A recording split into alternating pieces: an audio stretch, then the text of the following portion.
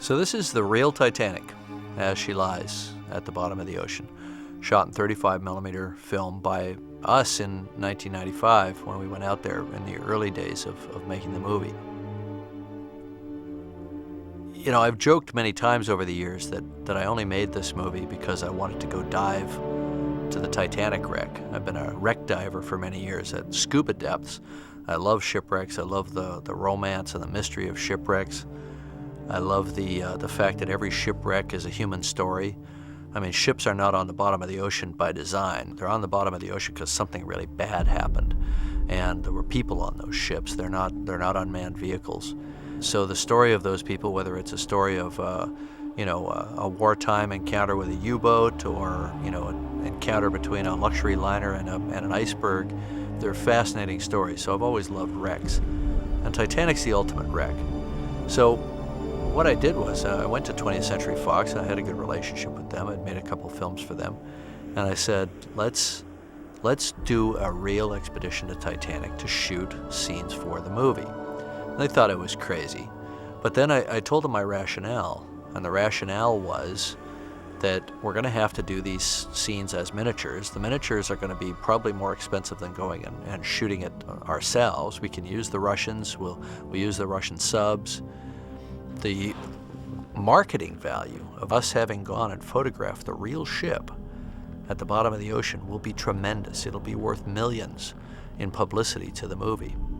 So these are some very ambitious shots. I mean, we went out there with a mission, and the mission was to make a movie 2.5 miles down in the Atlantic. So first step was we needed a movie camera. So I talked to my brother Mike about the technical problems of shooting at that depth. No one had ever shot with a movie camera at that depth, other than sort of just poking it up to the viewport of a submersible. But we wanted to have a camera that was outside the sub that we could pan and tilt and do beautiful cinematic kind of moves with. And so that involved building a pan and tilt mechanism, a remote device that was outside the sub. We had to design a camera housing. We had to design a 35mm camera that could fit in that housing. We went down there on this expedition. We dove Titanic, I think, 10 or 11 times out of 12 deep dives on this expedition. And we had about 12 minutes of footage on each dive. So we were down there for 10 to 14 hours. So this is Al Giddings on the right. He was my underwater DP on the Abyss, and he had introduced me to Robert Ballard and kind of put me down the path of meeting all the Titanic people involved, including the Russians. This is Snoop Dog, which is a remotely operated vehicle that we built ourselves. Actually, Scott Millard at Western Space and Marine built it for us. And this is a robot that really worked. It really worked at 12,000 feet down with this tremendous water pressure, 5,000 pounds per square inch. This thing worked. And we weren't supposed to, I had set myself a limitation that I wasn't going to actually take the Snoop Dog inside the wreck of the ship. Here we are at the D-deck gangway door on the port side. And I promised myself I wasn't going to really go inside.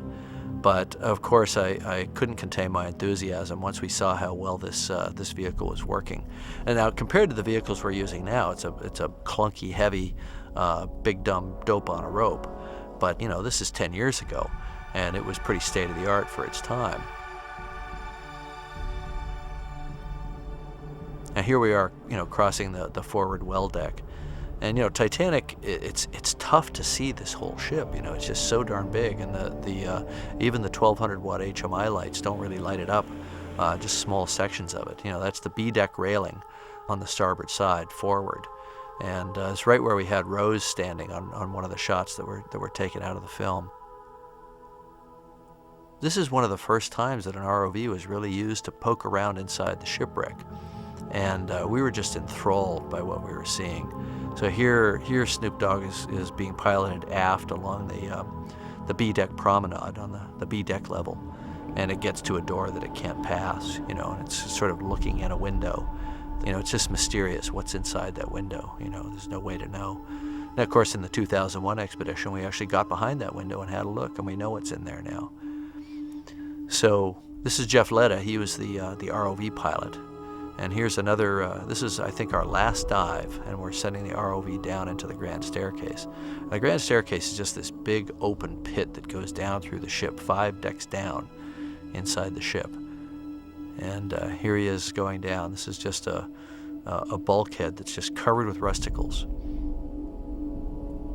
And here's a beautiful view down the grand staircase, level after level, A deck, B deck, C deck, D deck, all the way down to where the dining room was at the bottom. Now, so far we haven't done anything radical. Robert Ballard, back in 1986, when he went down there for the first human dives, this is what the grand staircase looked like back then. When he went down there in 1986, he took his ROV, which is called Jason Jr., he went down into the grand staircase. But they literally went straight down the center. And I don't think they looked down and saw this whole footing arrangement. This is when we knew that there really was still a lot of structure down inside Titanic. And, we're going down. This is looking into the A deck level. You can see a little glimpse of a chandelier there.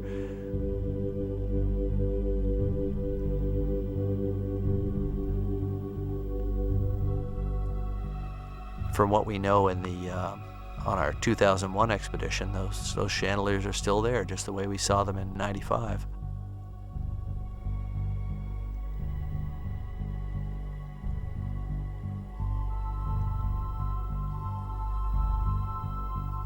Here you see the ROV going down one more deck level. It's going down from A deck to B deck, and it's going to scoot in here in a second into the B deck level. And this was all new. This was all new territory. Nobody had ever really done this before. I think that shot's actually in the movie. So here we are going in on B deck, and we're heading aft here. This was all just ridiculously exciting for me. I mean, to be flying an ROV around inside the Titanic, I mean, it was just great. And here's a view looking back, and you can see one of the chandeliers just kind of overgrown with deep sea animals that are sitting there filter feeding in the current.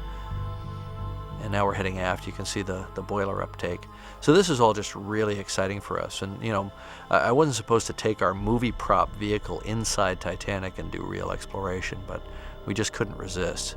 Eventually, we go through this doorway that you see back here in the back, and we go into this suite. Now, this used to be one of the most luxurious suites on the ship. It doesn't look like much now. All the wooden walls are kind of decomposed, and all the wiring that was in those walls is just kind of hanging down. That's the doorway that leads outside to the private promenade deck. And we couldn't get Snoop out there. It wouldn't fit through that door. But here you can see the Mir submersible maneuvering around outside the wreck. We thought that was pretty cool beans back in those days to have done a coordinated move like that. Of course, we did tons of that stuff in 2001, but we were just sort of finding our feet here. And this was a big find. This was the firebox of the fireplace in this first-class suite, and with this Galathea crab, crawling over the hearth. I just love the juxtaposition of that.